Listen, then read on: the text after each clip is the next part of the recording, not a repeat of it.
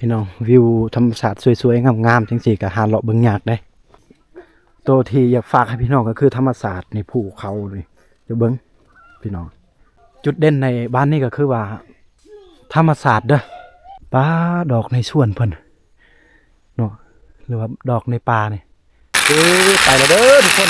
ไปแล้วเด้อ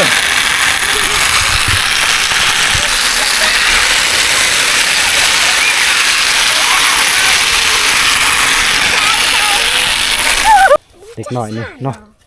ต้องมาแต่งเอานี่พี่น้องเห็นบ่บ่ว่าแต่เห็นว่าเส้นทางนี่เข้าป่าเลยเด้นี่เขาเบิ่งไกลๆคืออยากคายคือหัวเห็ดปวกนะพี่น้องเอา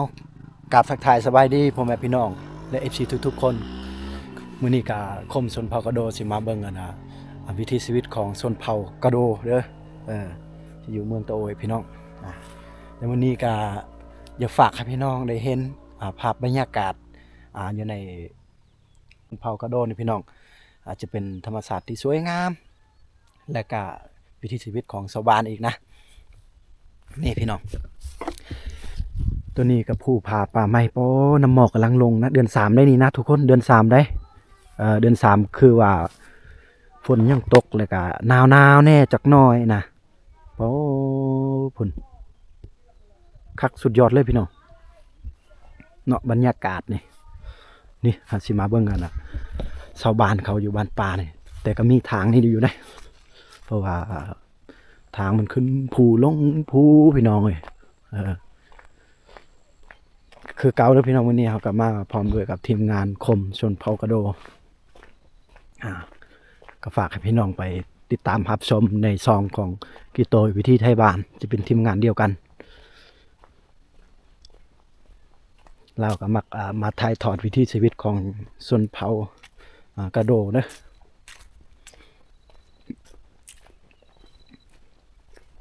นี่แหละทุกคนบรรยากาศยามแรงๆนี่หมู่บ้านแบบนี้ก็หาเบิ่งยากอีกได้ที่อยู่ลุ่มมันก็จะเป็นภูสูงเลยได้เนาะเหวลึกนะเห็นบ่ทุกคนในกองนี่เนาะจะเป็นเหวหรือบอนนี้จะเป็นเฮือนของชนเผ่าเพิ่นมาตั้งนะนี่เฮือนของพี่น้องเพิ่นปลูกปะนี่ปอโทน่าจะห่มดีนะโอ้หนาวเลยนะทุกคน จนขับรถดิเมืองเขตนี้มันอากาศมันหนาวได้โมเมนต์อากาศร้อนถ้าว่าเขตเมืองสารวันกับเมืองอื่นนี่ร้อนแต่ว่าเขตนี้นี่เย็นโอ้เฮือนหลังนั้นก็จะเป็นอันนั้นนะเฮือนแบบวิธีของเขาเจ้านะเขาจะมาเบิ่งภาพบรรยากาศอย่างแรงๆจริงสุดยอดเลยพี่น้อง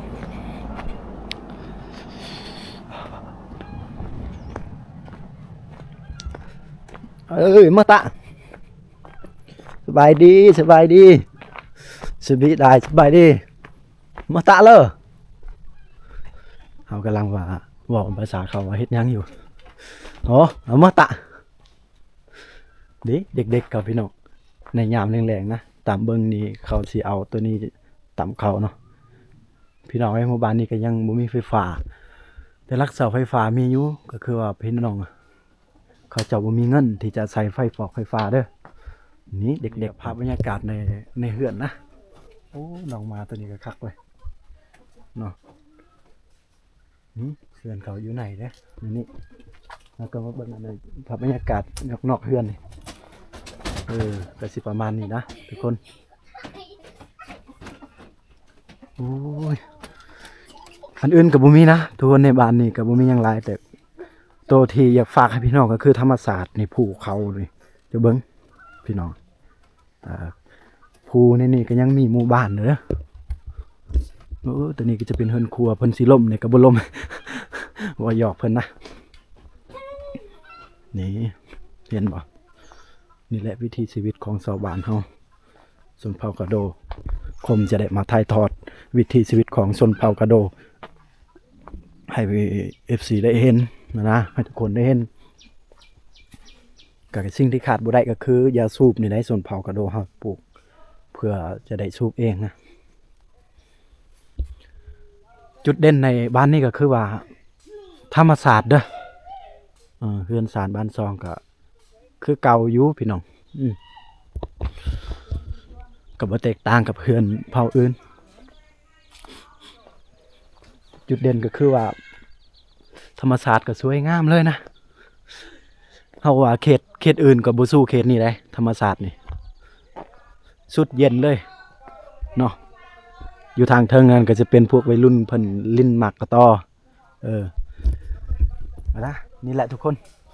สิ่งที่ผมอยากถ่ายทอดชนเผ่าของผมเองและก็วิธี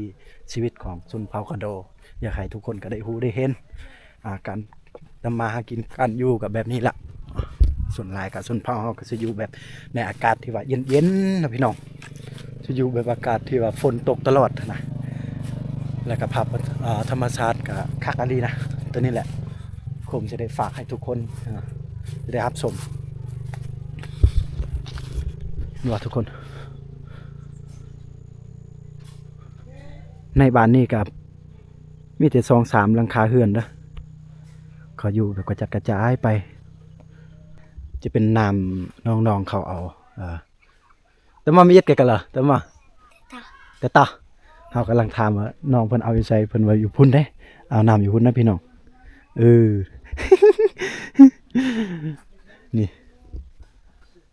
ในภาพบรรยากาศที่ว่าแบบเขียวๆนี่อันนี้ละเฮือนชนเผ่าดังเดิมของคมจะเป็นยาคายคือว่าเฮาเบิ่งทางนาก็สิยาคือทุกคนว่าแหละทางนาก็คือเฮ็ดปวกนะนี่เฮาเบิ่งไกลๆก็คือยาคายคือหัวเฮ็ดปวกนะพี่น้องจะเป็นเฮือนแบบดังเดิมของเฮานะโอ้มันเนี่ยโยตะเว้อแต่ดุง โอ้มื้อโยตะอยู่จ้าเอ้ยโอ้ทุกคนมืดเลยได้ เดือกอะชัดเดือกทำไมพ่อวะก็ปวกง่อยดื้อนี่แหละภาพบรรยากาศในอ้อมหมู่บ้านเฮานะทุกคนเนาะหาสิมาเบิ่งบอลชาวบ้านเพิ่นเอาน้ำเด้อจะมากในยึดดอกเด้ออันนี้แหละบอลชาวบ้านเพิ่นมาเอาน้ำนี่นะป้อคือว่าคอยสั่นขนาดเลยลงมาทางนี้โยคือว่าและ3 โมงได้ตัวนี้นะแต่ก็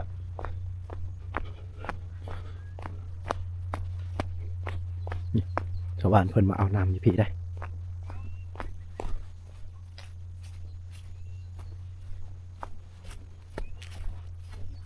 อย่างนี้นะจะเป็นน้ำของชาวบ้านเพิ่นด้วยนี่อีลุมนี้น้ำเขาเจ้าโอ้คือไปไกลแท้น้ำนี่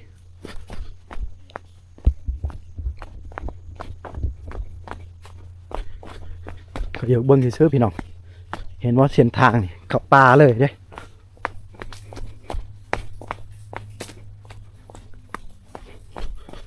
นี่อ๋อเส้นทางก็ยากเติบเลย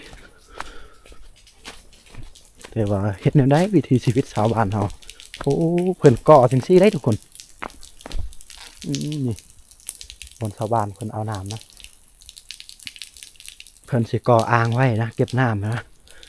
ดีจะเป็นแหล่งปลาแบบปลาใหญ่ๆสินะมันแบบเขาเอิ้นว่าแหล่งรักษาน้ำเนาะคือน้ำมันกำลังออกแบบน้อยๆสินะแต่ว่าบ่แห้งเลยจะเป็นเดือน3เดือน4เดือน5เดือนยังเดือนนะมันบ่แห้งแล้วน้ำนี่แต่เบิ่งตะกี้เพิ่นคือสิเจาะตัวนี้นะแต่บ่ได้เด้อน้ำเพิ่นเจาะแล้วก็นี่ออกมาจังซี่น้ำมันเก็บมันเอาทีละนิดทีละหน่อย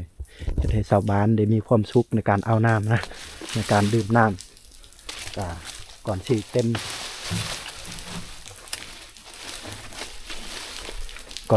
กระตุกเต็มหม้อเต็มแองเขาตักน้ำก็ต้องได้ใส่เวลานี่ก่อนเอาเลยทุกคนนี่น้ำชาวบ้านเพิ่นขอน้อยๆนี่ออกมาให้ช าวบ้านได้กินน้ำนี่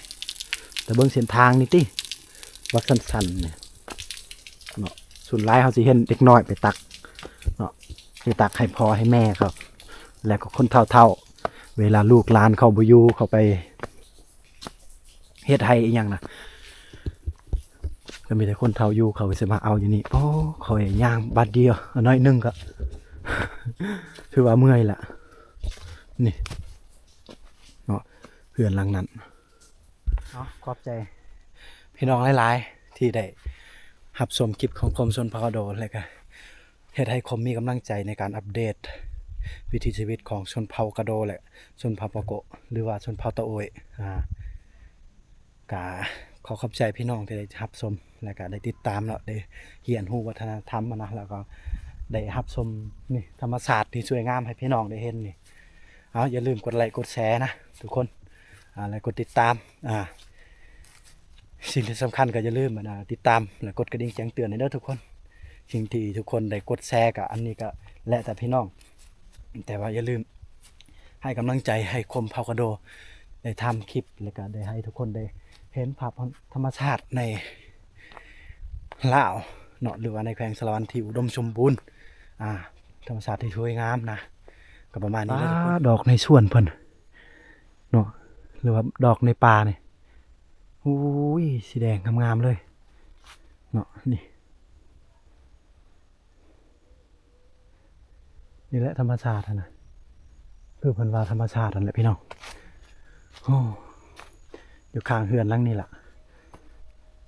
ตัวนี้ก็จะเป็นดอกมดเขาชะออนหลังคาเฮือนนี่อย่าคายคือเขาว่าและเห็ดปวกนะหัวเห็ดปวกแต่เฮือนก็งามได้โอ้โหหาเลาะยากได้นี่สบานเขาพูนอันนี้1 ครอบครัวอะไรอยู่คน1 ก็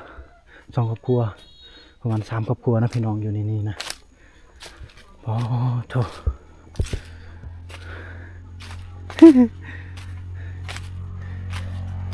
อยู่ท่ามกลางธรรมศาสตร์ในหมู่บ้านนี่สุดยอดเลยนี่แหละทีมงานของคมชนเผ่ากระโด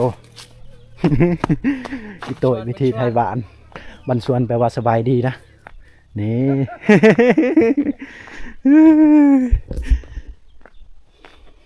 โยงแก้โยงเลยโยงไปยึดเดาตัวกี้ลึกโยงมาเละเดินชี้แล้วเละงัดแกไล่งอไปพี่น้องเขากำลังเราสัมผัสชาวบ้านเขานะเบื้อนชีน้ำตัวนั้นแมนยูน้ำหน่อยแต่มันบ่แห้งเลยได้โอ้เดินออกเดินเกตะปืนนั่นแหละจะเป็นน้ำที่ว่ามันออกมาจากหินหรือว่าก้อนดินนะแต่ดินจะเป็นน้ำธรรมชาติได้กินกระแสบนะตามเบิ่งนี่น้ำเพราะว่ามันอยู่ภูคือพี่น้องเห็นแหละพุ่นก็จะเป็นภูนะแล้วก็น้ำหมอกไหลไปเลยตกไปเลยนะยามนี้ป้าพี่น้องสุดยอดเลยนี่พี่น้องชาวบ้านเขาอยู่อย่างมีความสุขเลยยิ้มเปื่อยๆอยู่ ถ้าว่าอยู่นี่เฮามาธนาเฮาสิเอาชามากินนำกันนำพี่น้องเขาบ่กินสุดยอดเลยเพราะว่าเขตเฮานี่นิยมน้ำชาเด้อพี่น้องเนาะ เป็นชนเผ่าเดียวกันภาษาเดียวกันปากวาวทุกสิ่งทุกอย่างเข้าใจเบิดนะนี่เอาโวเพิ่นก็แข็งแห้งเด้อปูเขาสิเอิ้นเอาโวนะประมาณนี้นะถ้าเผาเทาเขาสิเอิ้นกาโวนั่นแหละ จุ้ยจุกกะโวนั่นแหละอย่ายอพ่อแม่เฮาพี่น้องวิวธรรมชาติสวยๆงามๆจังซี่ก็หาเลาะเบิ่งยากเด้ถ้าบ่เบิ่งในช่องของคมชนเผ่ากะโดก็สิบ่ได้เห็นได้พี่น้องแล้วก็อีก2นึงก็2กิโตวิธีไทยบ้านโอ้วิวสวยงามดีนะสุดยอดเลยก็คมชนเผ่ากะโดสิได้บันทึกเป็นประวัติศาสตร์ของชนเผ่ากะโดและก็หมู่บ้านเฮาอีกอนาคต10-20 ปีเฮาสิบางทีสิบ่ได้เห็นได้เฮือนแบบนี้บางทีก็จะมีการอัปเดตการเปลี่ยนไปการเปลี่ยนแปลงหมดเส้นทางอย่างผู้พาป่าไม้อีก100 ปีข้างหน้าก็สิบ่มีได้นี่แหละคมชนเผ่ากะโดสิได้บันทึกเป็นประวัติศาสตร์ให้ทุกคนได้รับได้ชมรุ่นลูกรุ่นหลานรุ่นเหลนเฮาพุ่นสิได้รับฮู้เองนะ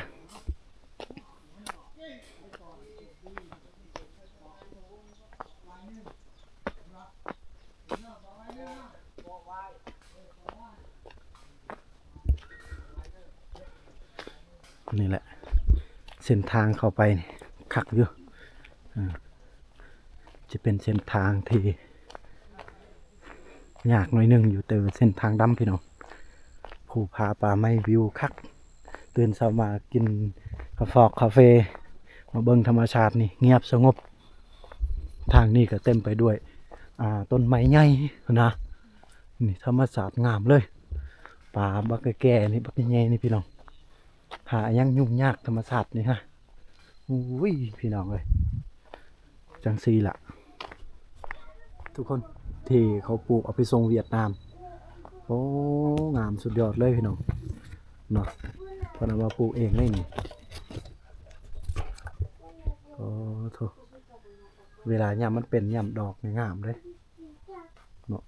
แล้วก็มันจะอยู่กกไม้นี่ราคาเป็นราคาดีก่อนจะได้ตัวนี้นะพี่น้องเราต้องขึ้นต้องเสี่ยงชีวิตขึ้นต้นไม้สูงๆมันสิตัดเป็นง่างอันนี้มาเกาะไว้เฮือนโอ้งามเลยเวลามันเป็นดอกเนี่ยโอ้โหพี่น้องเลยคัดไปเลยชาวบ้านเพิ่นมาเก็บปลูกในเก็บหอยไว้เฮือนเนาะเป็นแถวเลยก่อนมันจะได้เป็นง่างอันนี้คือว่าแหละต้องได้เสี่ยงชีวิตขึ้นสูงคือว่าแหละป่าไม้นั่นนี่มีแน่นอนนะทุกคนนี่ยามตอนนี้ก็3 โมงเด้อก็ว่าเบิ่งบรรยากาศนี่คือว่าแหละดินก็อยากซึมๆแหน่จักหน่อยแต่ก็ช่วงนี้ก็จะเป็นช่วงเดือน3นะ โอ้สบายดีมาเลยอย่าตะ ดีจ้าที่กู้พักพรเละไปติดตาลังกี้แหละมือนี้ก็จะเป็นมือเขาพักพรนะพี่น้องเขาบ่ได้ไปทางสวนนะเขากำลังถามว่าบ่ไปหายนะมือนี้เขาว่าบ่มือนี้จะเป็นมือพักพรใช่ง่ายอยู่ติดตาเขาเยอะอยู่เขาทางให้เนี่ยเขาถามมาจากมือเขาทางหาก็ได้10 มือนะมันจิตได้ไล่กันไปว่า10 มือก็ยังบ่ทันแล้วได้พี่น้องถือว่าเขาเฮ็ดลายได้ก็เลยปืดไปได้ยาวอีกทีเช็ดหน้าอย่าตามมันน่ะ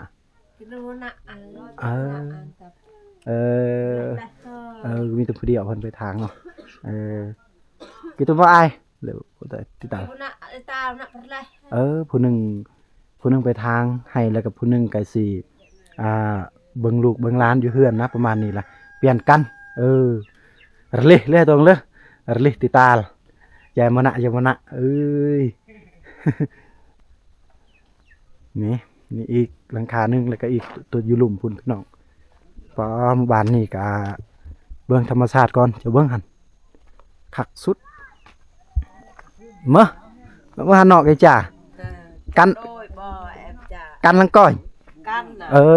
นางนี่กินข้าวเล่นเรือเพื่อไอ้ยันไปเกิดโอ้มาหน่อยนี่กำลังสิทักทายนี่จ้าđó giờ của bên hồ mà giờ phải dịch đợi đây ด็กกูใจเด็กหน่อยเพิ่นสิไปลากน้ำเมื่อกี้นี่นี่เด้เฮือนศาลบ้านซองเฮาเนาะพอบรรยากาศนี่คักสุดคือว่าแหละสิได้ตอนให้พี่น้องผ่านธรรมชาตินี้แหละอันอื่นก็สิบ่มีหยังนะพี่น้องส่วนลายเขาคือสิใส่ไฟแสงอาทิตย์นี่นะไฟอีกอย่างนี่ไฟแสงโซลาร์เซลล์บ่นี่แหละเพราะว่าหมู่บ้านที่เขาบ่มีเงินที่จะดึงไฟฟ้าให้นี่เพิ่นก็สิสากไว้แนวนี้เด้สากเอาไฟเอาหม้อไฟมาสากไว้นี่นะตอนนี้ไฟมันกำลังเข้าอยู่ดินี่แต่ว่าแดดบ่ค่อยสู่แสงบันไดบ่ฮ้อนแล้วก็เลยบ่ค่อยสว่างเวลาแต่กลางคืนประมาณนี้หญ้าก็สิอุ้ยขอสะออนหญ้านี่นะพี่น้องอันอื่นเขาบ่สะออนหญ้าเขียวเลยนี่ชาวบ้านเพิ่นตั้งโค รอบครัวจังสิแหละพ่นอยู่ภูอยู่ผาเนี่ยเป็นอยู่ทางภูเขาเลยหรือว่าอยู่บนภูเขาเลยนะพี่น้องนี่เพื่อนเขาตัวนี้ก็จะเป็นบอลเพิ่นเลี้ยงไก่บอลเดวเนาะตัวน้อยๆนี่แมนบล่ะขออนุญาตเบิ่งดีเด้อบ่มีหยังเนาะคือว่าเพิ่นเลี้ยงไก่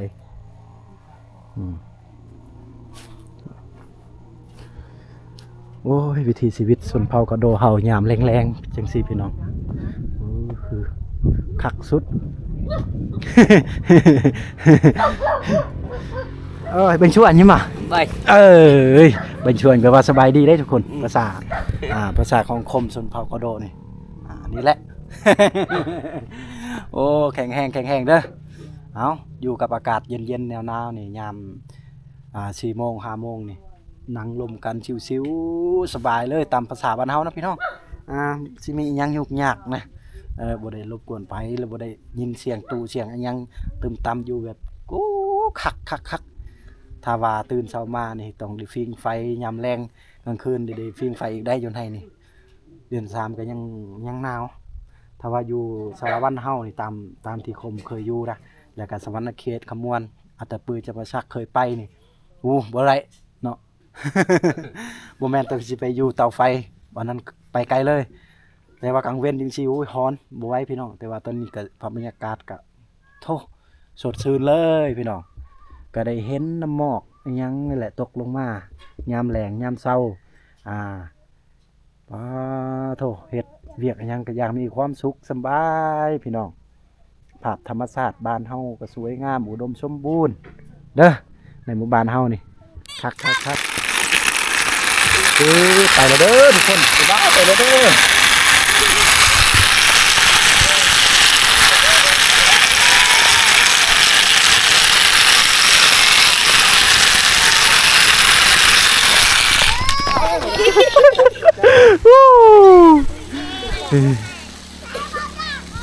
นี่แหละทุกคนความสุขของเด็กๆในเขตชนบทนะบอนที่บ่มีไฟฟ้าบ่มีโทรศัพท์ใช้เด็กๆเขาก็มีความสุขอยู่กับวัตถุสิ่งของที่เขามีเนาะเขตชนบทนี่แหละอันใดที่เขามีเขาก็ใช้ตัวตอนนั้นไปเลยพี่น้องเห็นบ่เขาก็สิแข่งกันได้นี่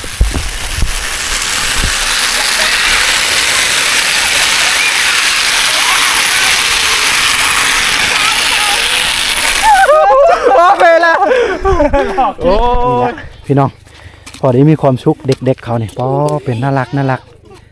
ถ้าอยู่ในหมอกในเมืองกะวนกับโทรศัพท์วนกับสอพอสอแม่ได้แต่อยู่เขตเฮาในชนบทนี่แหละลินม้วนหลายๆคนภาพบรรยากาศนี่แหละจะได้บันทึกให้เขาเบิ่งเองเมื่อเขาใหญ่มาตอนภาพที่เขาเด็กๆกันนะนี่แหละหน้าตาก็บ่ธรรมดาเด้นี่ก็แม่นเนาะกะสิประมาณนี้เขาใส่จะเป็นบีรถนะตอนนี้เพิ่นเอามาแต่งเอาเด็กหน่อยนี่เนาะต่อมาแต่งเอานี่พี่น้องเห็นบ่บ่ว่าแต่ผู้หญิงบ่ว่าแต่ผู้ชายตอนที่เขาเด็กเมื่อเขาใหญ่โตมาเวลาเขาเป็นแสกเป็นสาวเขาจึงหูนะคักสุดและอันค่อยเนี่ยรอใช่อันตัวแปะดิ่งโอ้ตัวแปะดิ่งแต่ว่าตะปูมันหักไปแล้ว นี่ละเด้อทุกคนขอฝากติดตามคลิปของผมสุดพอโดเด้อเราก็ได้เห็นแหละวิถีชีวิตของชาวบ้านก็อยู่แบบสงบแล้วก็ธรรมชาติก็งามสวยดีเลยเขียวแล้วก็ฝนตกตลอดปีเลยนะแล้วก็ตอนนี้เดือน3แต่ว่ายังหนาวเราก็ได้เห็นชาวบ้านเพิ่นก็เอาน้ำกับน้ำกับแมนอยู่น้ำน้อยๆเพราะว่าเขาอยู่ภูกับบกขาดทรายในน้ำนะบ่แห้งเลยได้น้ำก็งามคักกะลิพี่น้องอันนี้คือวิถีชีวิตของหมู่บ้านเฮาและคือชนเผ่าเฮาจะได้ฮู้ได้เห็นนะกับเพื่อนพี่น้องนะก็บ่มีหยังหลายเด้อทุกคนสำหรับคลิปนี้นะก็คือจุดหลักกับภาพธรรมชาติให้พี่น้องได้รับชมและอันที่2เฮาจะได้เห็นพี่น้องเขาอยู่ในหมู่บ้านนี้เขาไปเอาน้ำอยู่มันออกมาแต่ภูเลยแล้วก็ใกล้เติบจากเขื่อนไปเอาน้ำมันนะต้องได้ไปย่างไปไกลเลยทุกคนอันนี้แหละเราได้เห็นในชีพของหมู่บ้านแล้วก็เฮือนเขากับแบบสไตล์ชนเผ่าเลยได้แล้วก็บางคนเขาก็จะเห็นแบบปลูกหญ้าที่เขา อีหยังก็ดอกเพิ่งบ่ก็เอาไปขายเวียดอะนะจนลายเอาเฮ็ดในหมู่บ้านนี่อันนี้แหละอาชีพของชาวบ้านแล้วก็ภาพธรรมชาติก็ขอบใจพี่น้องที่ได้ติดตามคลิปของคมชนเผ่ากระโดเนาะขอขอบใจทุกคนเด้อและขอกราบว่าสบายดีขอบใจเด้อ